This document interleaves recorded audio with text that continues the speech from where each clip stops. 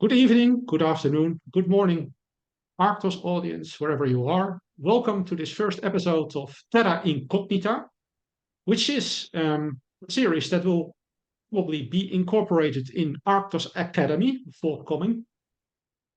The purpose of this new series is to give you, the audience, materials that are relevant to our movement, but materials that have not only metapolitical relevance, but also philosophical relevance in the greater sense. Today, our first topic will be Ariosophy, but we will be talking about that topic through the lens of the country that is now offering you our new Terra Incognita series, namely the Netherlands, and most specifically the northern part of it, Frisia, which is of course also the most ethnically and we can even say spiritually pure part of the Netherlands, the most original area probably in many senses. And from this area comes to us a very strange but very important manuscript for Ariosophy, namely the Ura Linda manuscript. And who better to introduce that topic to you than our own Frisian co-publicist on Arktos, Sietse Bosmani, is with me now. Sietse, thank you for joining us, and please tell the audience something about Ura Linda to kick off this episode. Yes, Ura Linda. It's a. I'm sorry, there was a reverb on my microphone.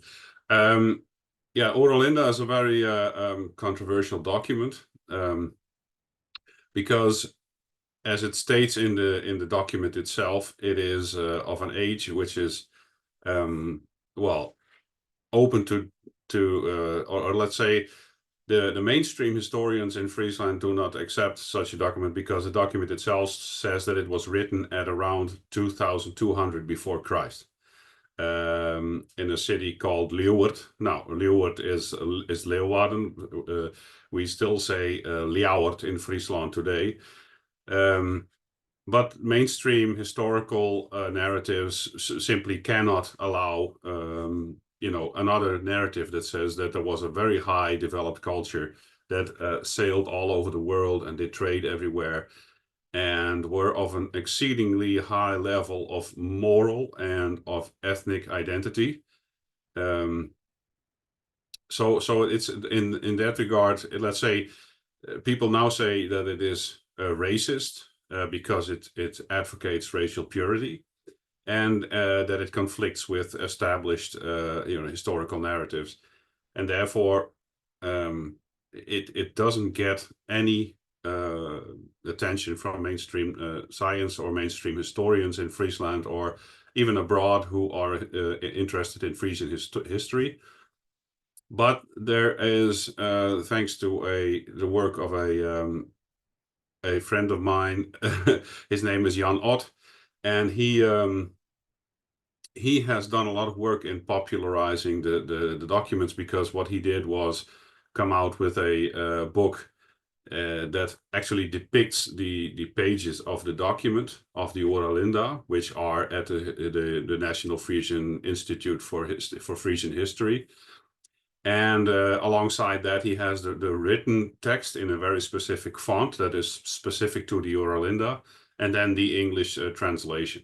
So it's very accessible, and there is a growing audience in Friesland and abroad who are increasingly showing interest in the Ura Linda, because it's a fascinating story. Well, I'm not sure that you can give us a taste of that in the original sound, but you can probably judge if it is really old Frisian, if it is something close to the present spoken language, if it deviates from it. What's your impression as a Frisian reading the language, reading the manuscript? What impression does it make on you? Does it sound authentic? Does it sound old? Yes. Even though there have been many language reforms, to my great regret, so we have an ever, let's say, stupefied version of our language. But still reading the document, which is supposedly 3,500 years old, or 4,000 actually, there are many words that you recognize, or at least in some form you can recognize. So it's yeah. Well, you said perhaps you can read something, and of course I can try to, because the document was handed down in a family called Over de Linde. And Over de Linde is, of course, as Ura Linda is old, or is the language used in the Ura Linda to describe this family. Yes. And the documents as itself, as the document opens with a claim of where it came from and what should be done with these documents. So it reads, Oke mison, tisse boka moet I mit lief en sela varia. Sie umbevatta tjus kenntnisse van onze hele volk en van onze ethlon. All right. So that translates to, you must preserve these writings with your life and your soul. They contain the history of our whole folk as well as our ancestors. So, and then it goes on, which is basically the essence of why this document exists, because it's a Diluvian, how do you say it? Diluvian story. It's a story about the flood. So it goes on. Oorleden jaar heb ik van uit der vloot red, to ik met die ontendere moeder. Ta ja weeron weet worden, der terug gongen ja efternai oorderva. Bij ja nooit ta oorleza, heb ik ja op Oorlandisch papier oorschreven. Last year I saved them from the flood, along with you and your mother. But they had become wet and started to fall apart, and to preserve them, I copied them on foreign paper. And then it goes on to say that his son and his grandchildren should all accept the responsibility of always copying these documents so that they wouldn't get lost. Because they, in fact, are not just the history, but it lays out the entire moral landscape of the Frias people, of the Frisians. And that's very important. Well, when you read the language, and I hear it, and I myself looked at the transcriptions of it and interpretations of it, rendering it in English and in German, it reminded me a bit of the language of Beowulf, so the oldest Anglo-Saxon language. Yes. It seems to have some affinity with it. And also the vocabulary, there are some parallels I could find. It's a very pure Germanic form, so it seems to predate, let's say, Latin influences. Of course, we should here remind our audience that this Frisian people are aboriginals. So they are there as long as history attests, commonly written history. So when the Romans came to the area that's now called the Netherlands, they already found the Frisians there. The Frisi, they are indicated on their maps and in their books as living north of, let's say, the great rivers that split Holland in north and south. These Frisian people were never conquered by the Romans, although they traded with them. And although they had some other contacts as well, probably some cultural exchange there was. But this language purports to be from before that time. And of course, it seems to be very without foreign influences, let's say. And I think we come here to the point at which Ariosophy becomes important, because, of course, the Aryan people, the Indo-European people, they are supposed to be original in certain areas of Europe. So one of the areas that they are original to is, of course, the North Sea area, the area around the North Sea. So the coasts of England that border with the North Sea, and the same as Lower Germany, the Netherlands, and Denmark and Norway. So they are that cultural area. Of course, the heartland of that is the North Sea itself. I like to remind the audience of another data point here, because Sietse brought up the flood story. This flood story, of course, is universal. It is attested in almost all cultures, but it has very specific overtones in the Ura Linda. And I think it is important to say that this North Sea area used to be more land than it is now. So there are areas of land that are now covered by the North Sea. Of course, most famously the Doggersbank. Over there, remains have been found of human habitation dating to the last ice age even. So it's not entirely inconceivable that an ancestral memory is preserved here in the Ura Linda. Of course, there have been in Ariosophy further links, further investigations into the subject, proposing, for example, that the original Atlantis story actually refers to the area of the North Sea. So this is not an entirely fictional idea. There have been some research done into this topic. Some Germans, for example, claim Helgoland, which is, by the way, also originally Frisian inhabited as remains, a rocky outpost still surviving from that hidden Atlantis. Sietse, if you look at this Ura Linda, what do you think is the value of the manuscript and the value of, let's say, the ethics and the historical narrative for the Frisian people, or maybe even for the Germanic people? What do you see in it, and why do you think it has been received with such hostility from the very start, even before the war? Yes. Well, I think of course the after the Second World War, everything that has to do with race has become taboo. I mean, before the Second World War, racial studies were quite common, and there is an awful lot of material that is written about this. It was a genuine, sincere, area of science. It was really a science, a sector of biology, basically. And after the Second World War, everything that has to do with race had become taboo. And the Ura Linda is, basically front to back, a story about to maintain racial purity, and especially to keep your moral coherence, your integrity as a people, because every story basically that's told within the Ura Linda is about fear of the influence of foreign morals, that they would, because they were militarily, they were they couldn't be defeated militarily, so they always feared ideological rot from inside. And for instance, if you had a son or a daughter who wanted to marry somebody from a different tribe, from not from the Freya people, they had to go and never come back. That was an absolute. So you couldn't say to your son or daughter, "It's you're not allowed to marry somebody like that, and we strongly advise against it. But if you continue, you have to go, and you can never come back."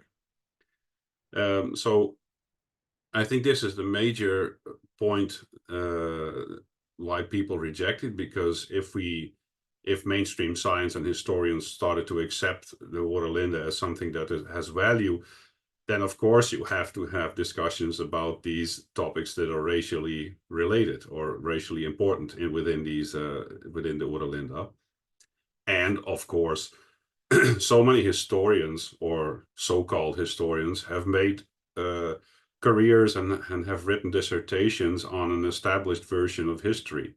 And then all of a sudden there's this document that basically throws a monkey wrench into the entire established history. Well, then, it's just like in Egyptology, people start to become very, very hostile because their careers are threatened, and grants and subsidies, of course. Well, I think it is very important here to say to people that there not only existed racial studies before the war that were legitimate as sectors of biology, but that these studies were often integrated very holistically in cultural studies. So cultural circles were studied from all sides, archaeologically, linguistically, biologically, genetically, and also studied from a point of view of cultural coherence, cultural phenomenology. And here I think it is important to mention that Ariosophy, of course, in theory means the wisdom of the Aryans. Historically, I would say it is something like 19th, 20th century subset of the Germanic, German, Austrian occult movement. So the occult movement that, for example, we can see in the Völkische Bewegung there. But it also contained, let's say, a spiritual element, cultural element, linking nationalism with spiritual values, exactly what Sietse now is talking about. And in the sense, it also combines an occult doctrine and a nationalist ideology. It's a marriage between both. Of course, exactly like Sietse said, so there are certain narratives that are now unacceptable, but these narratives were wedded in Ariosophy. I think it's important to bring to the people's attention this topic because it has been much misunderstood and much exploited ideologically by the enemies of what I would say the West, the enemies, current enemies of the West. Of course, there is a very competitive edge to Ariosophy in the sense that it is a philosophical reaction against modernism, against universalism, against Freemasonry, against materialist determinism as well. On the other hand, it has some overlaps with old and authentic traditions, including elements, I'm saying carefully, elements of Rosicrucianism, but very specific elements only. And of course, it was also a philosophical reaction, this Ariosophy, and including the interest in the Ura Linda book, against what I would call Anglo-Saxon weak historiography and theosophy. So theosophy is something that arose in around the same time, of course, centered on the cult of Blavatsky. And we can put Ariosophy as a kind of an opposition movement to this. And of course, anthroposophy that comes later, it was also a reaction against the same theosophy and has some overlaps. Ariosophy has some overlaps with anthroposophy as represented by Steiner, of course. Of course, they are split off. They are not officially together, but they have overlaps. It's important to mention that. I also think it is important to mention that it is a holistic whole. So Ariosophy is not just a spiritual movement. It is a movement that also incorporates science, so archaeology, linguistics, anthropology, physical anthropology, I mean, in this case. And it was actually cut off in its early stages. So the development of Ariosophy was cut off by the Second World War completely, but also before that. So the National Socialist movement, when it came to power in Germany in 1933, that Ariosophic element that had been inspiring National Socialism in its original movement did not survive the taking of power. So it was marginalized. Ariosophy was marginalized very quickly. I'm going to mention a few people. It's probably important because many people don't know. They haven't read up on it. So an important person in 20th century Ariosophy was Karl Willigut, Himmler's special counsel, also connected to the Ahnenerbe, and also the co-designer of Wewelsburg, and for example, things like the Totenkopfring, that kind of things. And he designed these things using Ariosophic knowledge, Ariosophic insights. But also an important person here was a Dutchman, who later became a German, Herman Wirth. He was a co-founder of Ahnenerbe in the 1930s. Of course, Ahnenerbe, it was something like an SS-sponsored think tank. But as soon as the National Socialists came to power, that urban activity was put under the table, kept away. It was not favored by a National Socialist government. But it continued to exist marginally, of course. And it had also other adherents, like I mentioned here, Sebottendorf. Sebottendorf was somebody that was very helpful in Ahnenerbe investigations. Also the founder of the Thule Gesellschaft, of course. And he was a man who was also opposed in many ways to the National Socialist government, but who had friends there and who was protected in a certain sense. So he committed suicide on the 8th of May 1945, the day that Germany capitulated. But he was an important person as well. And in him, we can see the link with esoteric movements elsewhere. So the esoteric part of Ariosophy overlapped in Sebottendorf with Islamic esotericism. In the Tashi movement, he was a member of that. He didn't see a contradiction in these things. And of course, a last person we should mention is Rudolf Hess himself. Rudolf Hess was also somebody highly interested in Ariosophy, but more in the geopolitical sense. So the geopolitical insights gained by Haushofer for Ariosophy. He was somebody that was very interested in these things, who was, for example, looking into earth lines, magnetic fields, spiritual power centers. These things were important for him, and they actually influenced geopolitics, German geopolitics in a certain way. So the relation between the Nazi National Socialist government and the Ariosophy, it is very fraught, it's very difficult. There are some overlaps, there are some sympathizers on both sides who were in both camps, but it remained problematic from the moment that the National Socialists came to power. So I think it's very important to mention this. Sietse, if you look at the current state of, I would say, the Aryan people, so the Northern European branch of the Indo-Europeans, the current predicament, having barely survived, of course, the Second World War, what do you think is of value in this Ariosophy? And do you believe that the spiritual dimension or even esoteric dimension of Ariosophy has anything to teach people now, has any value for Northern Europeans now? What do you think? Well, the Ura Linda states some wisdom about this because their societies were strictly hierarchical.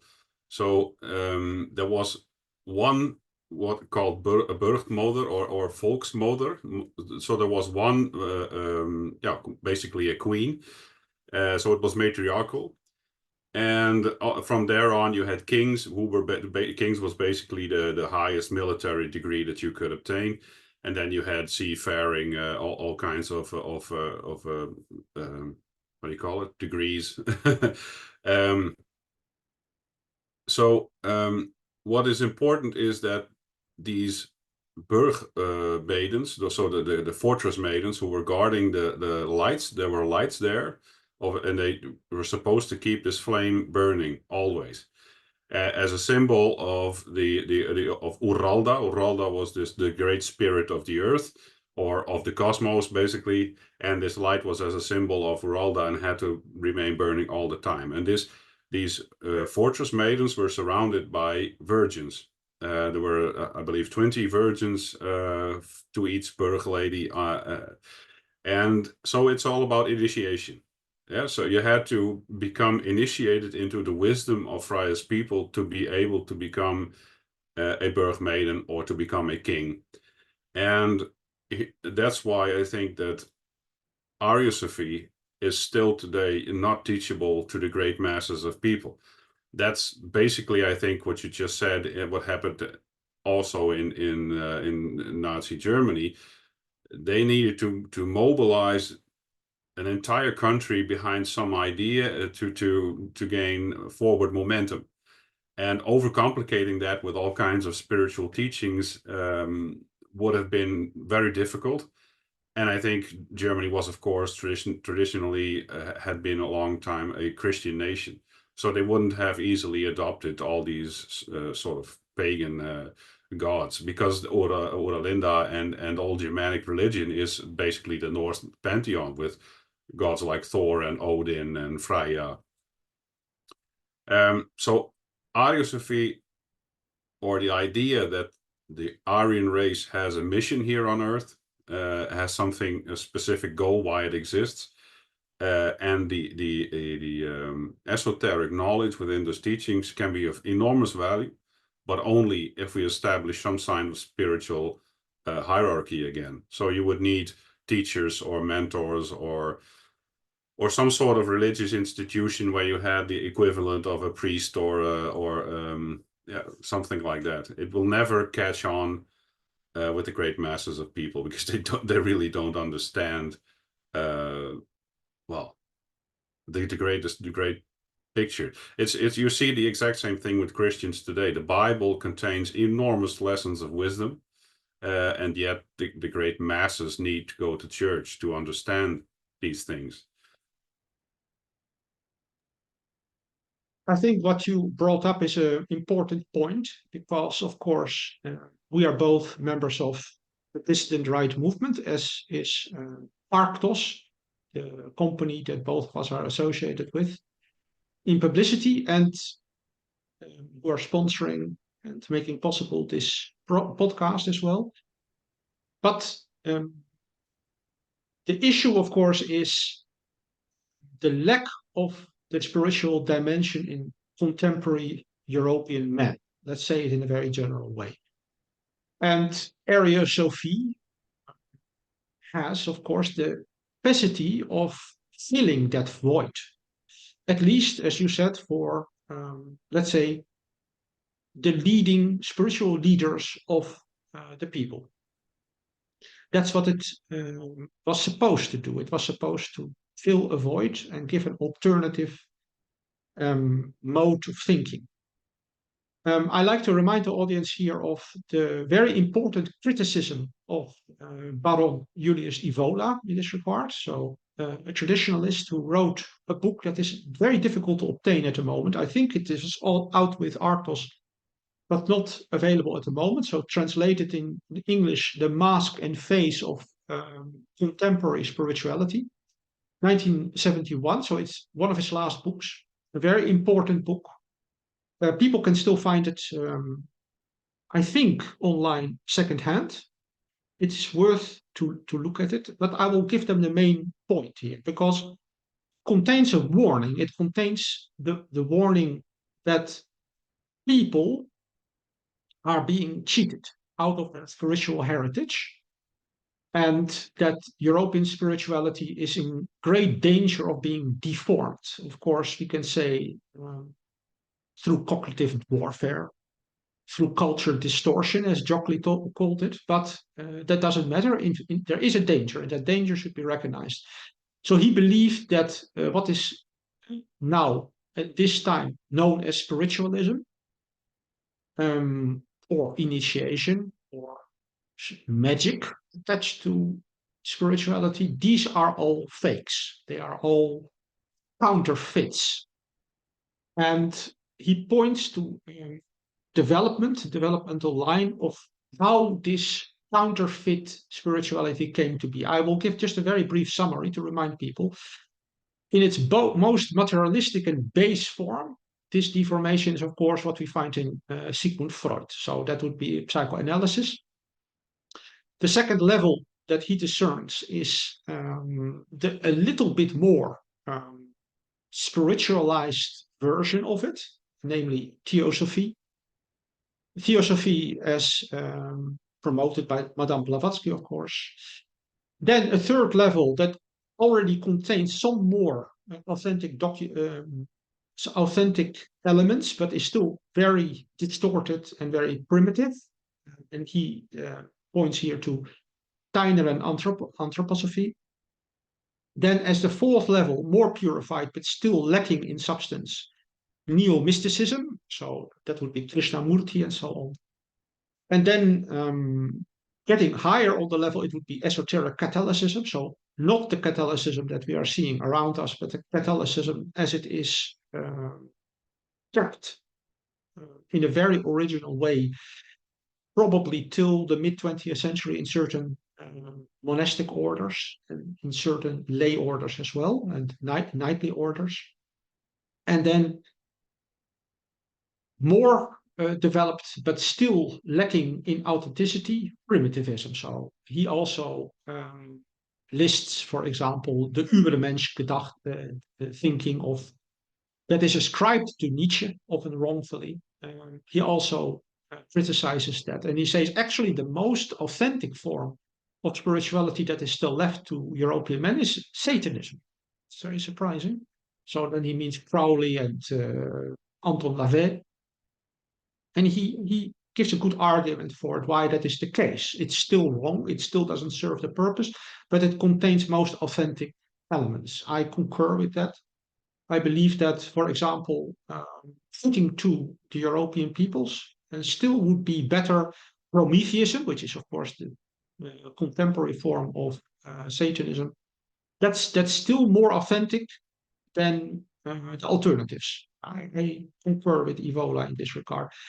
But in any case, he says that all these things are all dangers. They are all part of the minefield that Western man has to walk if he looks for spiritual insight or initiation or even spiritual identity. And I think these warnings that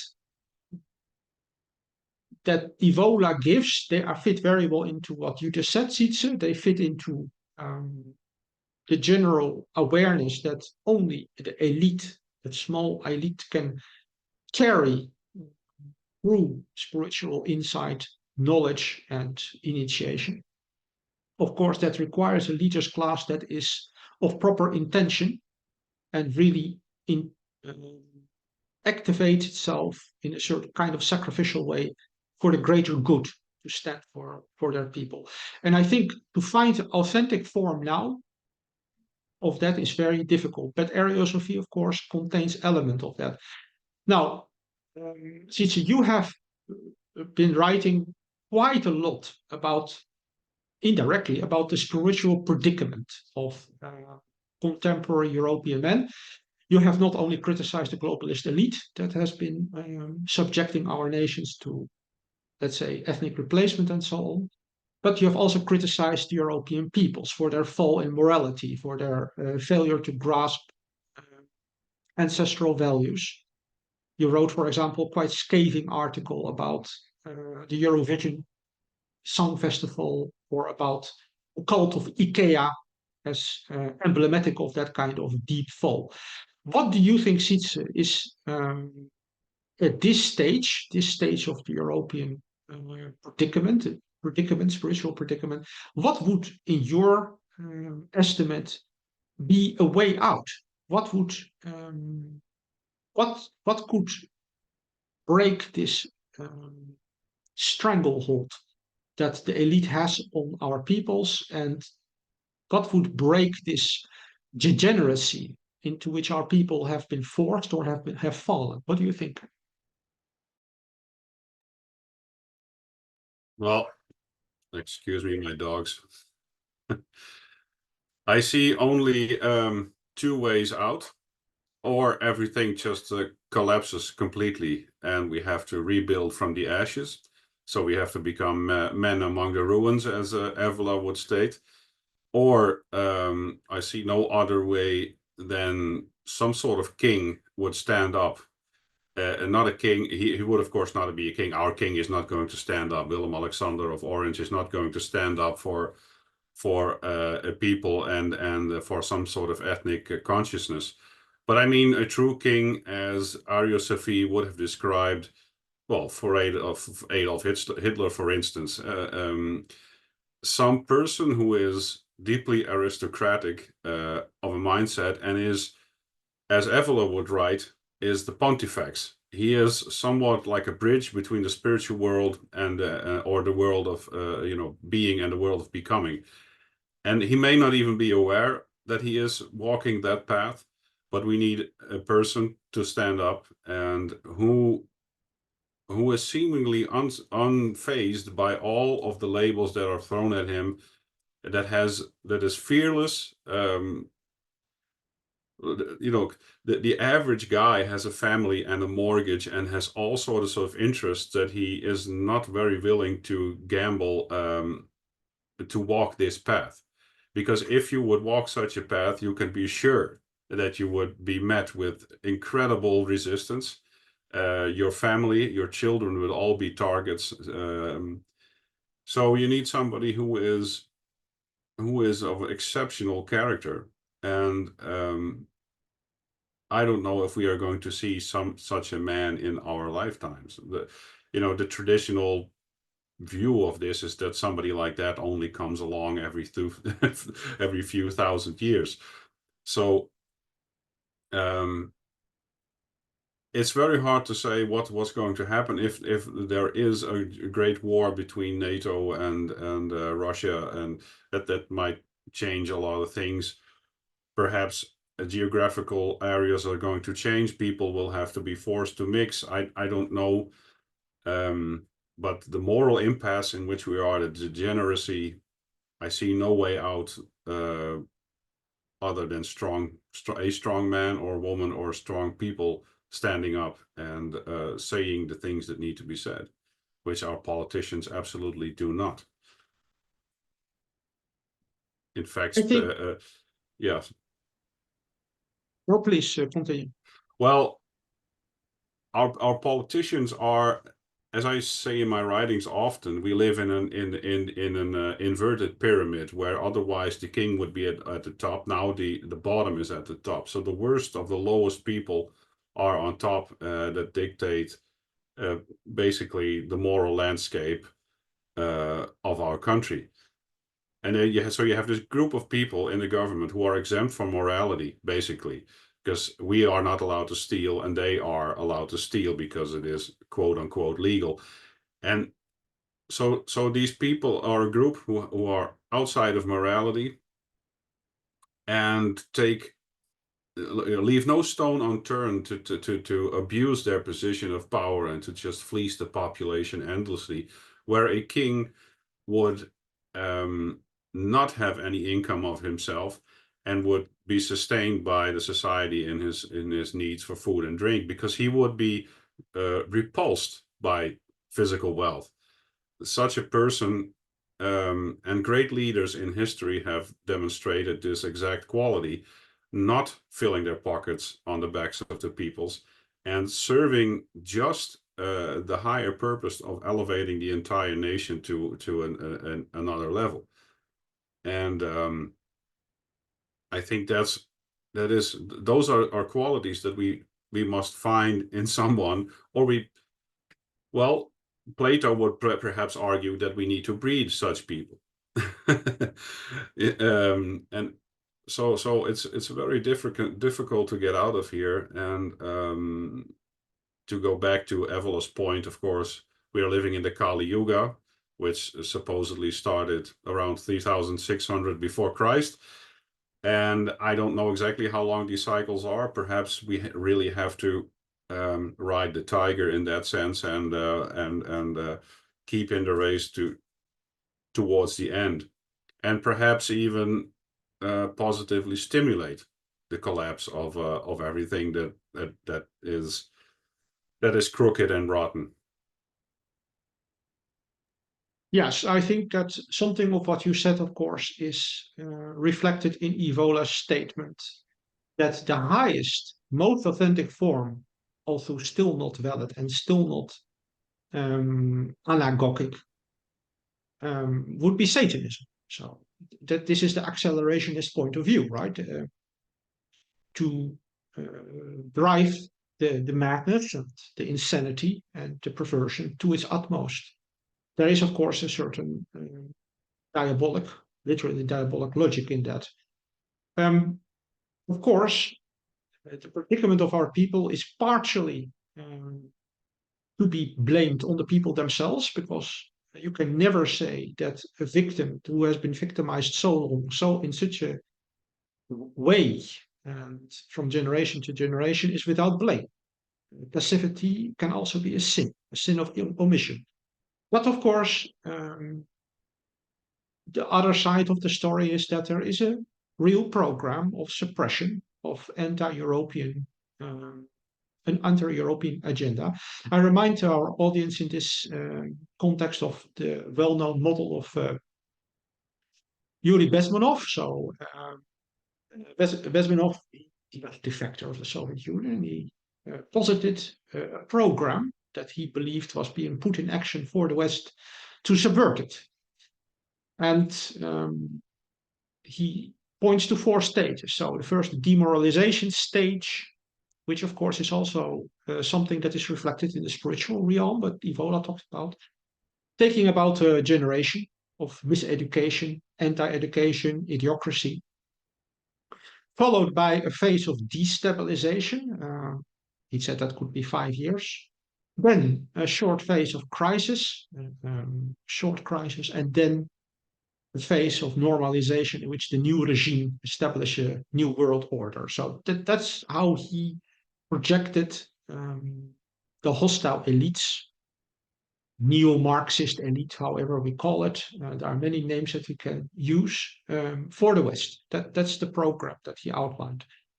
And it fits, of course, very well with the well-known Mockingbird program that the CIA and other agencies developed, which the end goal, the stated end goal, was that Mockingbird would be successful if everything that the American or European public believed was wrong. That was the end goal. So I think this is to come to your point, because you were talking about how long this can take. We are reaching, I think, looking from the Bezmenov model and looking from the Mockingbird program point of view, at the last stages. So the demoralization has taken place. The destabilization has certainly started with the Great Reset program, and the crisis might be forthcoming, might just be around the corner. And of course, the outcome of that crisis is not known. It's not called a crisis for nothing. It can go to both sides. And the same is, of course, true for the Kali Yuga. The Kali Yuga is not something that has to be viewed as set in stone. For the optimist among us, René Guénon, he believed that as for the further Kali Yuga winds down, the quicker is the acceleration of time. So he believed that events that normally take 100 years would take place in 10 years, and then in 5 years, and then in 3 years, and then in 2 years, because there is an acceleration process intrinsic to the Kali Yuga. You can see that acceleration, of course, of degeneration around us is phenomenal at the moment. So that is just for the optimists among us, of course. Now, Ariosophy offers ways out in other ways as well. You mentioned the leader, the charismatic leader, of course, which would be the sacred king in a certain sense. And Ariosophy also posits that there is always a hidden ruler. So that's the king in the mountain. He's hidden and he can be summoned. There's always somebody. There's always a possibility of having a ruler in charge who is authentic and who can save the people, but he should be summoned.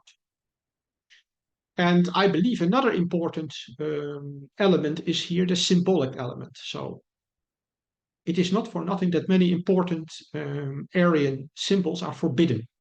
They are even legally forbidden, or they are under a taboo. Black sun being one of them, and others as well. And of course, our culture, our Indo-European culture, has very specific symbols, rune symbols, other pictograms. And I believe there is a certain intrinsic power in them. Also, I do believe that Ariosophy posited, as I mentioned with Rudolf Hess, for example, the existence of PowerPoints numinous power in the landscape itself, so that a mountain has a certain identity, a tree can have an identity, a stone can have an identity. We can see that also in the old Indo-European religions, pre-Christian religions, heathen, so-called heathen religions, the attachment to certain natural objects, geographical features, power points, they are called in certain sense. Also, Herman Wied did investigation in it. So it seems that there might be power in certain symbols and in certain locations themselves. And the preservation of landscape is a very important factor here. And of course, one of the things that we see, especially in our own small Holland, is the very fast change of the landscape, building it full, destroying nature, altering nature. Of course, you live in an area of Holland that's still very intact comparatively. How do you see that? How do you believe can the land itself contain a force that can have value to the people? Do you think such a thing is still present, even in our modern Holland, our modern Europe? What do you think? I believe that people are energetically connected to the place they live. And I have read many books about reincarnation. And reincarnation happens within a very small geographical area. And so and even within basically a small group of people, you have these incarnations, your life upon life to learn lessons or whatever the purpose may be. But in fact, research shows very clearly that you never, or at least they have not found evidence of being reincarnated in another race or in another very different geographical area. So if you're from the Netherlands, you're not going to easily wind up in Japan or anything like that. That's what this research shows. And so I believe there is a deep spiritual connection between the land that you occupy, that you live, that is your territory, and your spirituality and your morality and your basically the health of your folk's soul, so to speak. So there is absolutely a force, and for the Frisians who are, well, basically Friesland was for the most part one giant swamp. It was a giant river delta. There weren't no dikes, and so they were subject to flooding, and they were very seafaring, as also the Ura Linda tells. They had thousands of ships. But they had to basically wrest their land from the bottom of the ocean. So they conquered the ocean. Until today, of course, we never know if there's going to be an enormous storm that's going to destroy some dikes. But for a few hundred years, we're safe, and we conquered this country from the bottom of the ocean, and that is something that is, and I guess subconsciously for a lot of Frisians, but it instills a certain solidarity between our peoples. Yes, a real force. Yes, of course, the saying is God made the land, except the Dutch made also their own land, right? This is the only exception. We actually created our own land. So that gives us a certain creative prerogative, of course. But I do believe that it is important to honor sites. So we are Northern Europeans, indigenous to our area. Now, if we look at movies, for example, made about Australian Aboriginals or about American Indians, we can see in these movies made in the late 20th century a great respect for these people and their attachment to their natural environment. So if you look at a movie like Dances with Wolves or Charlie's Country, Australia, you can see that the European directors of these movies respect the attachment of these people to their own home, their ancestral homes, so their motherlands, their fatherlands. literally the places that their tribes come from. And it is very strange that Europeans themselves do not grasp the value of their own rootedness in their own soil. Because we are as indigenous as it gets in the north of Europe. There was nobody else there before us. So this is the original settlement area of our peoples. And the soil has shaped us, and we shaped the soil, and we are one, in fact. We come from it, we reflect it, our statue reflects it, our physics reflects it, our whole expression reflects it. And it is for me almost incredible that people who can empathize so much, academics, artists, film directors, with the plight of other people, Aboriginal Indians, Aboriginals in Australia, Maoris in New Zealand, Hottentots in South Africa, cannot sympathize with their own peoples. And I find this a very interesting discrepancy because the attachment to the soil did exist in Europe till quite recently. I would say even in living memory, there was still an attachment to the soil with families living generations in the same place, knowing the ins and outs of everything and never moving. How do you look at that change?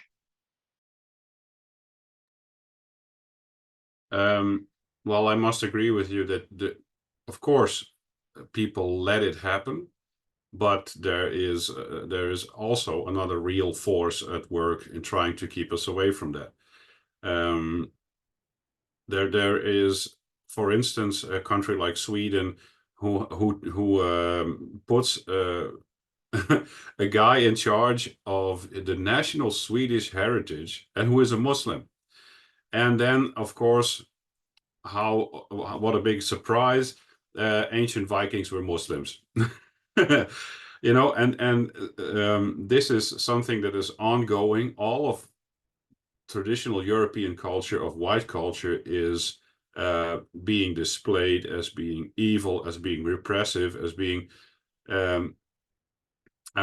school children, when they go to museums, will hear about a few things. It's the Holocaust, it's the slave trade, it's the East India Company that pillaged all the wealth of the entire world,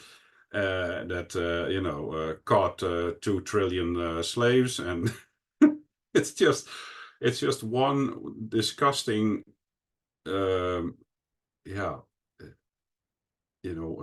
twisted story of our history. So people, if you get bombarded with that enough, it's not a surprise that you turn away from your own roots. If you're confronted with that filth all the time and you start to internalize that that's who we are, then perhaps you cultivate this sort of shame for what we are. So I don't really blame people for it. There are really powerful forces actively trying to destroy our identity. So I don't really blame them. Well, I think what you say rings true. But of course, our heritage teaches us that our people have come back from worse places. So if you look at, for example, the Ring des Nibelungen story, there Siegfried, he has been cheated out of his heritage. He has been maligned, put to slave work, has been fooled. But he breaks out of that. There is a moment that he frees himself from that. Of course, when he becomes a man, when he's initiated, he pulls this. He finds the sword. He kills the dragon. He drinks the blood of the dragon, and then can understand. He can understand the reality. He wakes up to the nature. He can understand the bird song, and then he also finds his wife, of course. Brunhilde, who was, of course, of divine origin. And we know that story. But of course, there are big lessons to be learned from that because that's a crisis moment. It's a bottleneck moment, right? The bottleneck moment at which his blood is about to be eliminated and his soul is about to be washed. And I think these kind of challenges are not unknown to our peoples. And I think it is there is a lot to be learned from 19th century and 20th century students of Ariosophy who have written big books about this, very worthwhile books, some of which have been absconded. These books have been actually literally eliminated by our enemies, so that they cannot be read. I mentioned, for example, our compatriot Herman Wirth collected a material that he in a book called the Palestina book, which is probably taken away, stolen by a Middle Eastern secret service, which name we will not mention here. And there have been more instances of that. So the keeping away of knowledge is an important part, and I would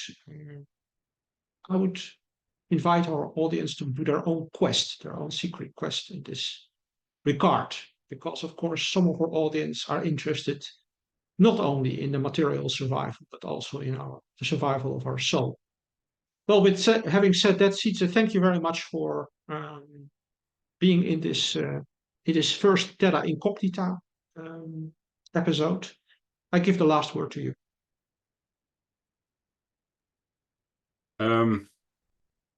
Well, I'd like to, press on the hearts of the people listening that the history that has been told is short in span about our people, but there is a very fascinating book, or two books basically.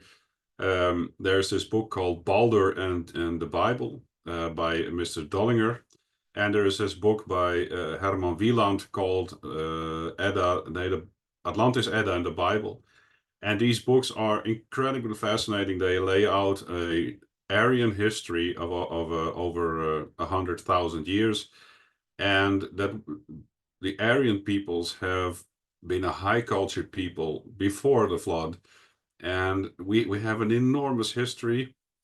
And people, if for instance on archive.com, you can still find many books and writings that pertain to our history that are uncensored. And you can find, if you take the time, a lot of answers to the questions that we have about our history. And I think there's a lot to be proud of instead of the few things that weren't all that great.